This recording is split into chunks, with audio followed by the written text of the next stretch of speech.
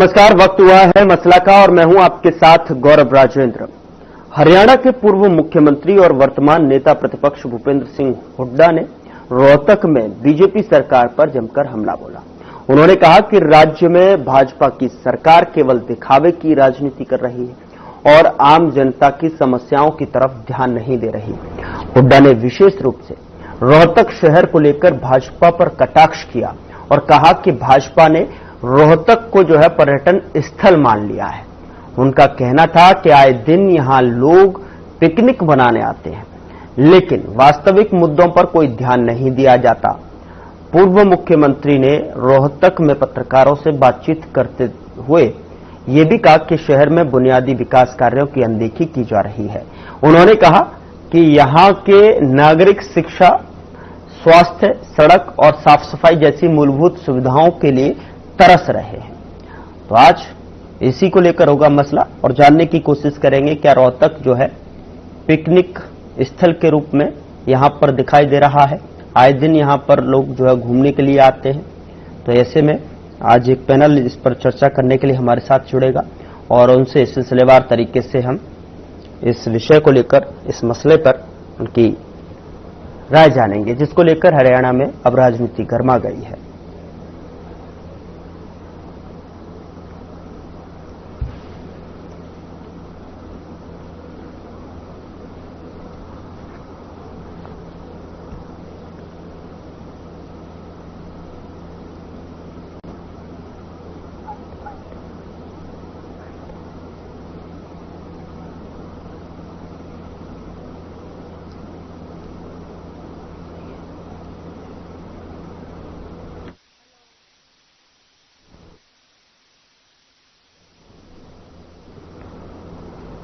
तो इस पर चर्चा करने के लिए हमारे साथ जो है एक पैनल जुड़ा हुआ है, उसका परिचय मैं आपके साथ करा देता हूं। हमारे साथ जो है वैशाली तोमर, प्रवक्ता भारतीय जनता पार्टी की तरफ से अपना पक्ष रखने के लिए जुड़ रहे हैं। बहुत स्वागत है मैम आपका। कमल हांडा, प्रवक्ता कांग्रेस की तरफ से अपना पक्ष रखते नजर आएंगे। बहुत स्वागत है मैम आपका भी।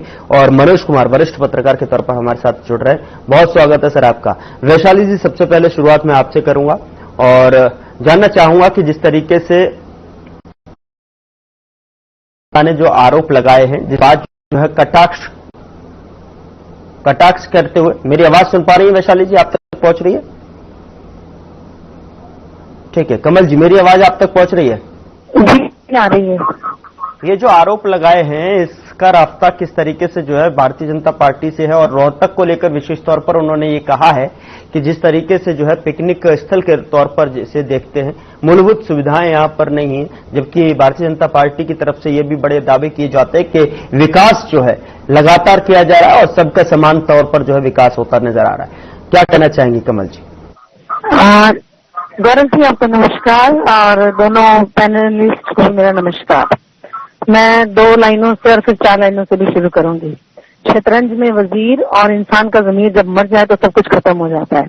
दूसरी बात ये कि हमें वही मोहब्बत और भाईचारे वाले दिन लौटा दो, सस्ती सब्जी दाल के सुहाने दिन लौटा दो। ये अच्छे दिन मुबारक हो अंबानी, अडानी और जय शाह को, जिसको शायद कड़ी पास सड़क से उठाकर लाए थे या प्लेटफॉर्म से उठाकर लाए थे, जिसको 1073 करोड़ रुपए माफ किया, 16,000 गुना जिसका तरक्की हुई, और जो 7 स्टार होटल बना रहे हैं कश्मीर में। तो अच्छे दिन मुबारक हो इन्हें।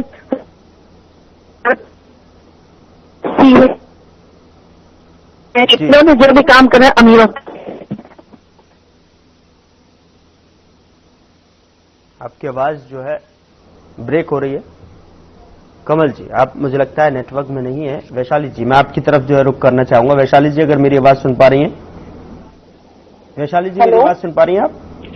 जी, आपको मेरी आवाज आ रही है? जी बिल्कुल, आपकी आवाज आ रही है। मैं इस विषय पर जो है आपकी प्रतिक्रिया जानना चाहूंगा कि जिस तरीके से भूपेंद्र सिंह हुड्डा की तरफ से जो कटाक्ष किया गया है रोहतक को लेकर, जो है रोहतक पिकनिक स्पॉट के तौर पर जो है दिखाई दे रहा है, वहां पर लोग घूमने आते हैं आए दिन, लेकिन मूलभूत सुविधाओं का कोई सराकोर यहां पर जनता से नहीं है। क्या कहना चाहेंगे वैशाली जी?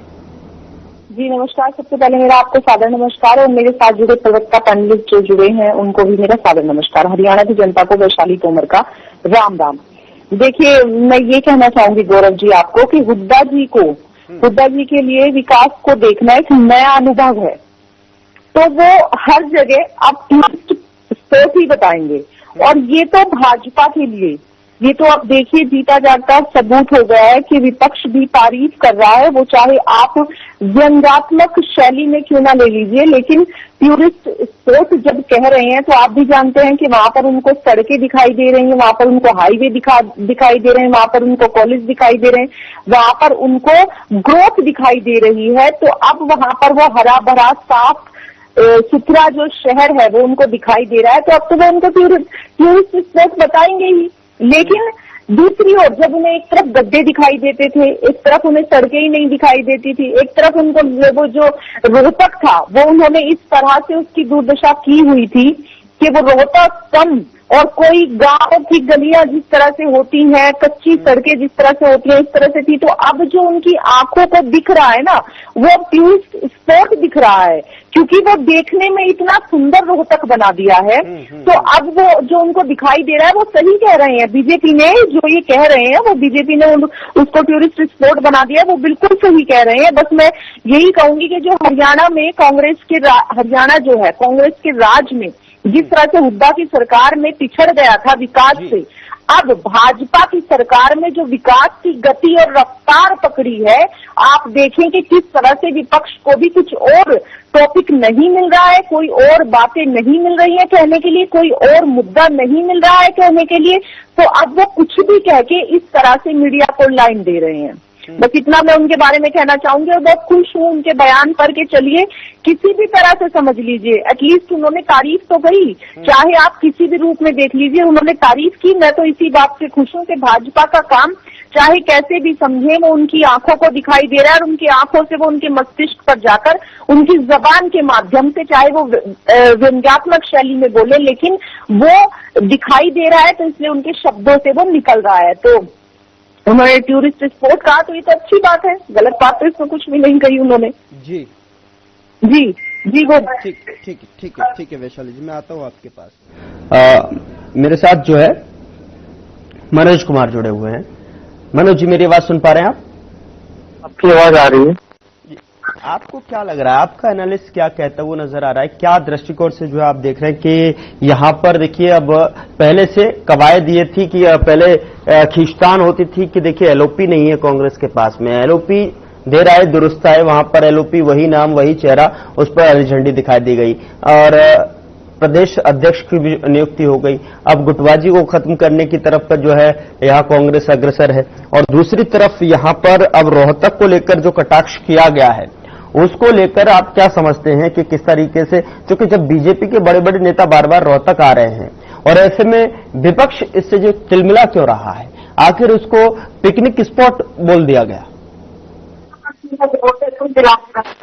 आप सही बताया, एक बहुत ही अच्छी बात है कि कांग्रेस को जो है लीडर ऑफ अपोजिशन मिल गया फाइनली और भूपेंद्र सिंह हुड्डा जी को बनाया गया। इसके साथ साथ भी जो है अध्यक्ष भी मिल गया। तो जो भी पिछले कुछ दिनों से जो गुटबंदी जो कांग्रेस में हो रही थी वो अब लगभग जो है खत्म हो जाएगा आने वाले कुछ समय में। हालांकि वो हुड्डा जी का एक प्रेस कॉन्फ्रेंस हुआ था, उसमें उन्होंने कहा था कि हम जो है ग्रास रूट पे जो है काम करेंगे ताकि हमारे वर्कर जो भी डिसअपॉइंट हैं उनको मनाया जाएगा, उनको एक्टिवेट किया जाएगा ताकि कांग्रेस जो है ग्राउंड लेवल पे मजबूत हो।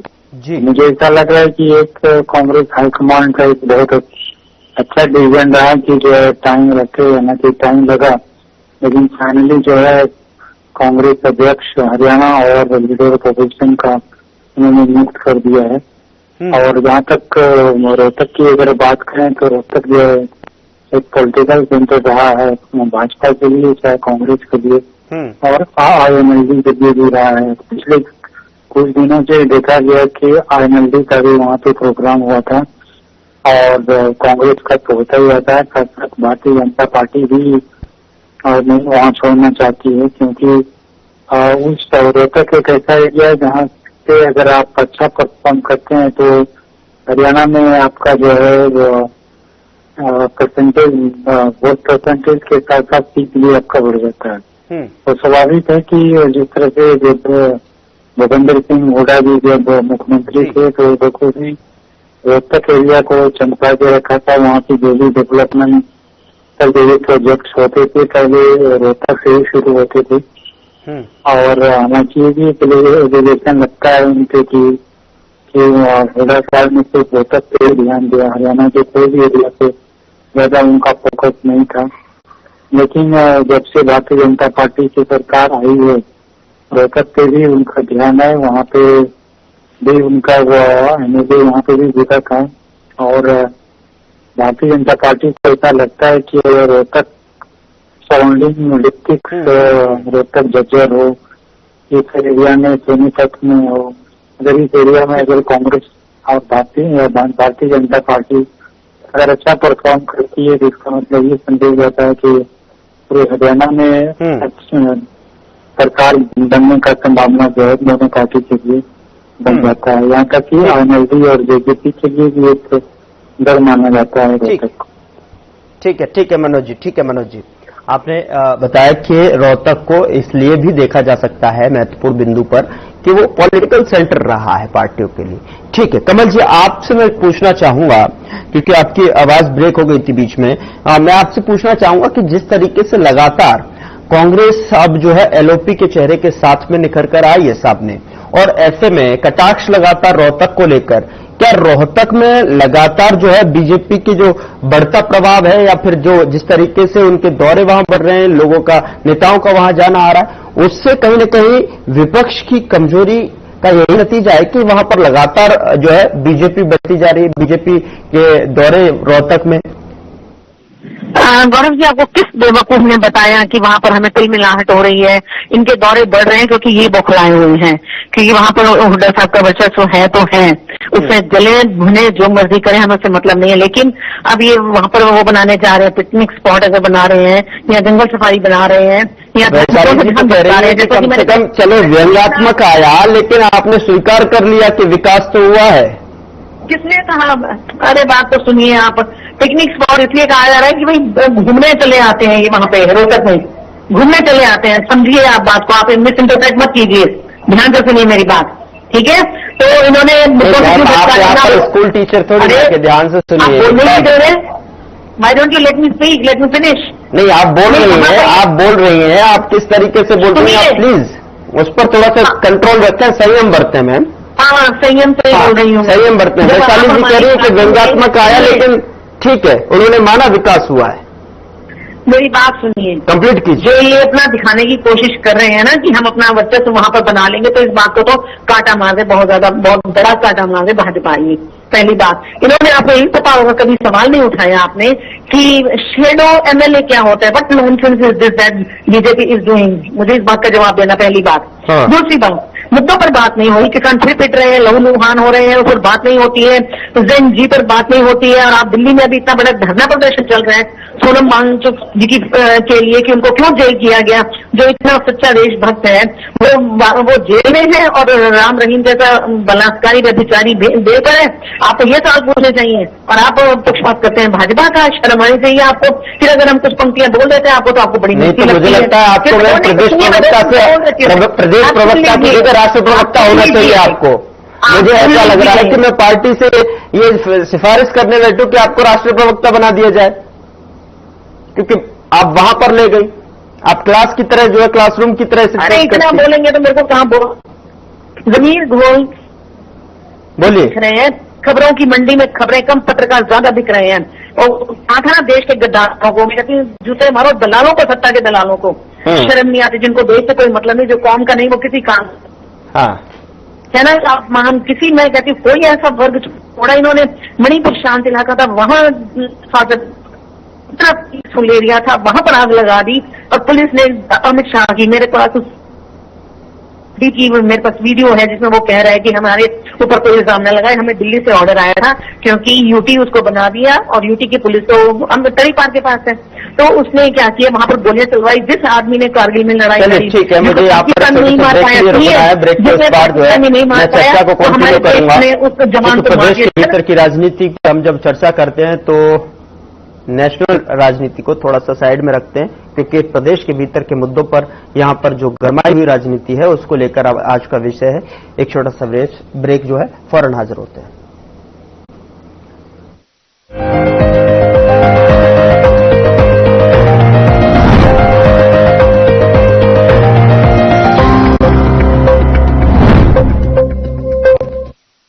लोग सेहत बनाने के लिए क्या क्या नहीं करते, जिम जाते हैं, कसरत करते हैं, काजू बादाम प्रोटीन के डिब्बे तक घोल घोल कर पीते हैं, फिर भी उनकी सेहत नहीं बनती, क्योंकि उनका पाचन तंत्र खराब है। और जब तक के पाचन तंत्र दुरुस्त नहीं होगा, वो जितना मर्जी अच्छे से अच्छा खा ले, उनकी सेहत नहीं बन सकती। इसलिए हमारी संस्था सन्यासी आयुर्वेदा ने एक ऐसी दवा का निर्माण किया है जो कि आपके लिवर को, आपके पाचन तंत्र को दुरुस्त करने का काम करती है, ताकि आप जो भी खाएं उसका पूरे का पूरा निचोड़ आपके शरीर को लगे, आपकी भूख बढ़े, खाया पिया सही से लगे, नया खून बने, हड्डियों में जान आए, वजन बढ़े और आप मोटे तगड़े खूबसूरत पर्सनैलिटी के मालिक बन जाए। सिर्फ 699 रुपए की पूरे एक महीने की दवा होती है और आप इसे घर बैठे 01145454545 पर फोन करके दवा मंगवा सकते हैं।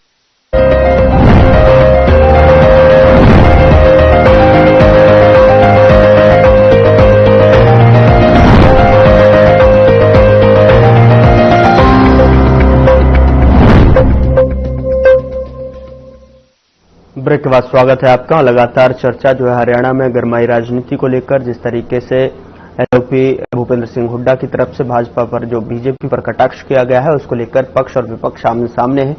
कमल जी, आप अपनी बात को कंप्लीट कीजिए 1 मिनट के अंदर। और मैं जानना चाहूंगा कि क्या जो है, जिस तरीके से आप कह रही हैं, क्या जो राजनीति अगर प्रदेश की बात की जाए तो उसमें रोहतक में कहां है विपक्ष? देश का, प्रदेश का, हरियाणा कहाँ पर कैपिटा इनकम में कहाँ था, क्या हाल हो गया? बेरोजगारी का कोई ऐसा वर्ग है जो पिटा ना हो? मुझे बता दो, भाजपाइयों ने ना पिटाओ। नायब इस गायब अनिल विज ने क्या क्या स्टेटमेंट दिए, कितनी गुटबाजी इनमें है। हमारी गुटबाजी की आप बात करते हैं, इनकी गुटबाजी तो बिल्कुल विधानसभा की पटल पर नजर आती है। जो छिटांग पर गोबर और 10 किलो गोबर खिलाने पर और साथ में आपके भ्रष्टाचार के आरोप लगे हुए थे। अरे फरीदाबाद के आपने पार्षद का जो ऑफिस था नगर निगम का, जो 200 करोड़ का घोटाला वहां पर हुआ और उसको मैं आग लगा दी कागजों में, और जो अपने चलिए चाटुकार से पाटे थे उनको विदेश शहर के लिए भेजे 200 करोड़ के रुपए को यूज करके। तो शर्म आनी चाहिए। भ्रष्टाचार इतना बढ़ गया, कर्ज कितना बढ़ गया देश में। कौन सा ऐसा काम किया मुझे ये भी तो पता चले। वो चोप फेंकू में जिसमें नहीं सुनिए क्या काम किया है उसने, जिसमें सारा दिन प्रचार प्रसार करने वालों को भी शर्म नहीं आती, करवाने वालों को शर्म आती, पैसा लगा रहे हैं। 1 मिनट रुकिए, मेरा एक सवाल और लेना चाहता हूं। जिस तरीके से जो आप कह रहे हैं कि बीजेपी के लिए जो है रोहतक पिकनिक स्पॉट बन गया है, क्या विपक्ष के लिए अब उसको रोहतक जो है साइलेंट जोन में है क्या? नहीं, किसने कह दिया? आप ये नहीं देखते, आप कितनी चालाकी से बात को घुमा के भाजपा के पक्ष में ले जाते हैं। तो मेरे साथ तो चतुराई करने के लिए ठीक है ना? नहीं सुनिए कि आप कहते हैं कि हमारा उनका हमारा, कैसे क्या बात कर रहे हैं आप? नहीं, हमारा उनका क्या मतलब? आप हमारी बात नहीं रखते, उनकी बात रखते, उनकी बात नहीं रखते, हमारी बात। यही शिकायत था अमूमन आप ही बोलो। नहीं, वहां पर इनेलो ने करी अपनी वो रैली करी अपने देवीलाल सम्मान में। क्या हमने कोई ऑब्जेक्शन उठाया? लेकिन हमने ये सवाल जरूर पूछे, क्या बताने आएंगे? महन कांड का बताएंगे, loyal group of Chautala followers गुंडागर्दी वाला बताएंगे। अब तो उनके खुद भतीजे ने भी वेरीफाई कर दिया जो मैं कहा करती थी कि किसी के भी घर गए, उसकी गाड़ी छीन ली, पसंद आई तो घर छीन लिया इनेलो वालों ने। तो वहां पर इनेलो भी उसके बाद केंद्रीय मंत्रियों से मिलने गई थी मान लेने के लिए कि देखो हमने रोहतक कर लिया, हमने रोहतक कर लिया। ठीक है ना? इनसे तो क्या ये क्या बोलेंगे? तो वैसे वैशाली जी की बात सुन लीजिए, वैशाली जी जवाब देंगी। वैशाली जी। मैं तो मतलब हालांकि इतना सारा कन्वर्सेशन सुनकर बिना नाम बोले ही कहूंगी, आपको भी धन्यवाद करती हूँ और आपके धैर्य को भी धन्यवाद करती हूँ और आपके आत्मविश्वास को भी धन्यवाद करती हूँ कि ऐसा इस तरह की बेहूदगी सिर्फ वही व्यक्ति बर्दाश्त कर सकता है जिसमें खुद में इतना आत्मविश्वास भरा हो कि उसे कोई भी अपशब्द हिला नहीं सकते। तो धन्यवाद आपको, आपके साहस को, आपकी परवरिश को। सबसे पहले तो आपको बहुत बहुत साधुवाद। दूसरी बात, एलिवेटेड रोड इनको नहीं दिखाई देते, ऊंची सड़कें इनको नहीं दिखाई देती। मैं आपको बताऊंगी कि 315 करोड़ की लागत से लगभग 3.8 किलोमीटर लंबी नई सड़क जो एलिवेटेड रेलवे ट्रैक से जोड़ी गई है बनाने की, और आगे भी उसको मंजूरी दी गई है, वो इनको कुछ भी नहीं दिखाई देता। और इनके चलिए ये मैं शुक्रगुजार हूँ हुड्डा जी की, एटलीस्ट उनको दिखाई दे रहा है, लेकिन उनके प्रवक्ताओं को नहीं दिखाई दे रहा है, तो मैं उसमें कुछ भी नहीं कर सकती, क्योंकि वो तो चाहे जनता है, चाहे वो जो हरियाणा की जनता है, चाहे वो भाजपा को वोट करती है, चाहे वो कांग्रेस को वोट करती है, चाहे वो एमएलए को वोट करती है, सड़कों पर लगी हुई, मैं बात पूरी कर लूं मैडम, सड़कों पर लगे हुए वो नहीं दिखाई देती हैं, लाइटें नहीं दिखाई देती हैं, इनको हाईवे नहीं दिखाई देते हैं, इनको इस तरह से पंचायती राज